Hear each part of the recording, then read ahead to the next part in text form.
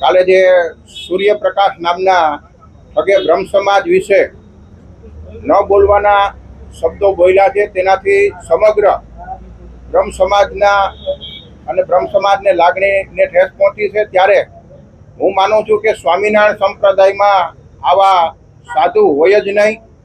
આવા ઠગ સાધુ બની બેઠેલા છે। એટલે પહેલાં તો સ્વામિનારાયણ સંપ્રદાયના સમુદાયને પણ હું વિનંતી કરું છું કે આવા લોકોને સંપ્રદાયમાંથી બહાર કાઢવા જોઈએ અને વારંવાર આવા નિવેદનોથી સનાતન ધર્મને હાનિ પહોંચે। અને કાલે આનો જડબાતોડ જવાબ ત્યાં ને ત્યાં જ આપણે અનિરુદ્ધભાઈ દવે કચ્છમાંથી આપ્યો છે અને સમગ્ર ગુજરાતમાંથી બ્રહ્મ સમાજના વિવિધ આગેવાનોએ પણ આપ્યો છે। ત્યારે હું માનું છું કે આવા લોકોને બ્રહ્મ સમાજના કાર્યક્રમોથી દૂર રાખવા જોઈએ, બ્રહ્મ સમાજના કાર્યક્રમોમાં બોલાવા જ ન જોઈએ। ત્યારે સંસ્કૃતમાં પણ કીધું છે કે બ્રાહ્મણમ નૈવ ભિક્ષંતિ શિક્ષયંતિ ગ્રહે ગ્રહે। બ્રાહ્મણો ક્યારેય ભીખ માગતા નથી, પરંતુ આવનારી પેઢીને, આવનારા યુવાનોમાં, સંતાનોમાં સારા સંસ્કારોનું સિંચન થાય એટલે બ્રાહ્મણોને બોલાવી અને સ્વસ્તિક પુણ્ય વાચનના માધ્યમથી પોતાના સંતાનો સારા બને એ માટે સંસ્કારોનું સિંચન કરવામાં આવતું હોય છે। ત્યારે આવા ઠગના માતા પિતાએ પણ મને એવું લાગે છે કે એનામાં સારા સંસ્કારોનું સિંચન નહીં કર્યું હોય। માતૃપિતૃ કૃતાભ્યાસો ગુણિતા મેતી બાલક ન ગર્ભચ્યુતિ માત્રેના પુત્રો ભવતી પંડિત। એટલે મને એવું લાગે છે કે આના માતા પિતાએ પણ ફરીથી બ્રાહ્મણોને બોલાવી અને એની માફી માંગવી જોઈએ અને ફરીથી આવા ઠગના સારા સંસ્કારો આવે માટે બ્રાહ્મણો પાસેથી વિધિ વિધાન કરાવવું જોઈએ, એ જ અભ્યર્થના। અને આવનારા સમયમાં બ્રાહ્મણો પણ આનો જડબાતોડ જવાબ આપશે।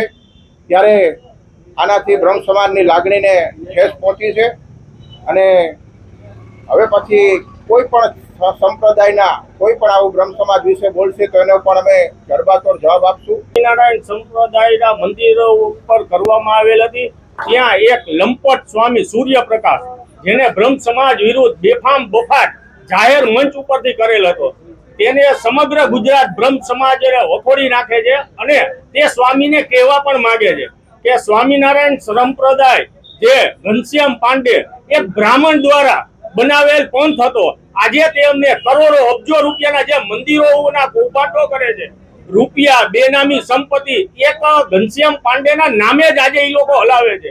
તો વારંવાર સનાતન ધર્મ ઉપર તેઓ પ્રહારો કરતા રહ્યા છે। ભૂતકાળમાં ભગવાન દ્વારકાધીશ, જલારામ બાપા, ગણપતિ બાપા, બ્રહ્મા, વિષ્ણુ અને મહેશ, અને હમણાં 15 દિવસ પહેલા જ ગણપતિ અને ઘનશ્યામ મહારાજ માસીયાઈ ભાઈઓ હતા, તેવા બફાટ નિવેદનો કરી પોતાનો સંપ્રદાય મહાન છે એવું બતાવવા માંગે છે અને વારંવાર સનાતન ઉપર પ્રહારો કરે છે।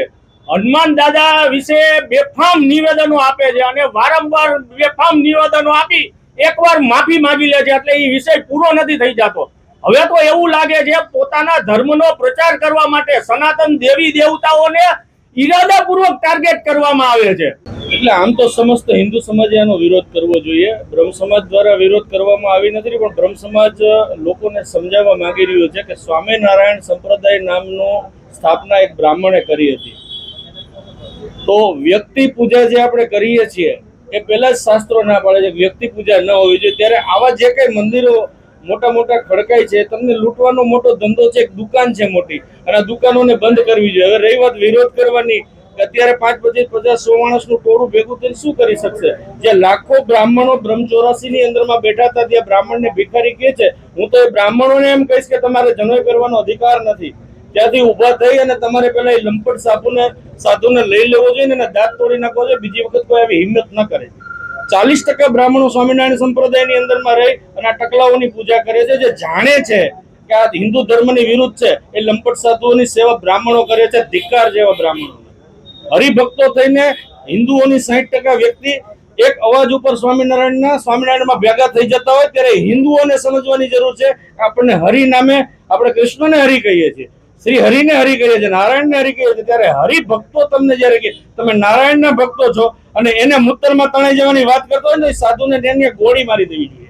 એને બદલે હરિભક્તો થઈ અને આપણે ત્યાં જાય છે તો સમજાવવાની સાધુઓને જરૂરત નથી, સમજવાની હિન્દુઓને જરૂર છે, સમજવાની બ્રાહ્મણોને જરૂર છે। વારંવાર સનાતન ધર્મના ઉપર જે પ્રહારો થઈ રહ્યા છે સ્વામિનારાયણ સંપ્રદાય કે અન્ય સંપ્રદાય દ્વારા વારંવાર થઈ રહ્યા છે, જ્યારે આ સંપ્રદાય એવું કીધું છે કે અમે હિન્દુ છીએ જ નહીં, ભૂતકાળમાં એણે કોર્ટમાં એવું લખાણપૂર્વક કીધેલું છે, એટલે એ દેવી દેવતાનું વારંવાર અપમાન કરે છે અને કાલે તો એણે હદ વટાવી નાખી છે, બ્રાહ્મણો વિશે બફાટ કર્યો છે, સનાતન ધર્મના મૂળ જે કોઈ હોય તો એ બ્રાહ્મણ છે એના વિશે એણે ખૂબ બફાટ કર્યો છે. સમગ્ર બ્રહ્મ સમાજમાં એનો બહુ જ રોષ છે. અમે સરકારની પાસે માગણી કરી છે કે આના માટે ત્વરિત પગલાં લ્યો અને કોઈ એવા ઠોસ પગલાં લ્યો જેનો દાખલો બેસાડો કે ફરી પાછું કોઈ સનાતન ધર્મ ઉપર કે કોઈ જ્ઞાતિવાદ ઉપર પણ આંગળી નથી લે. એવો અમારો સરકાર પાસે ખાસ નિવેદન અને વિનંતી છે.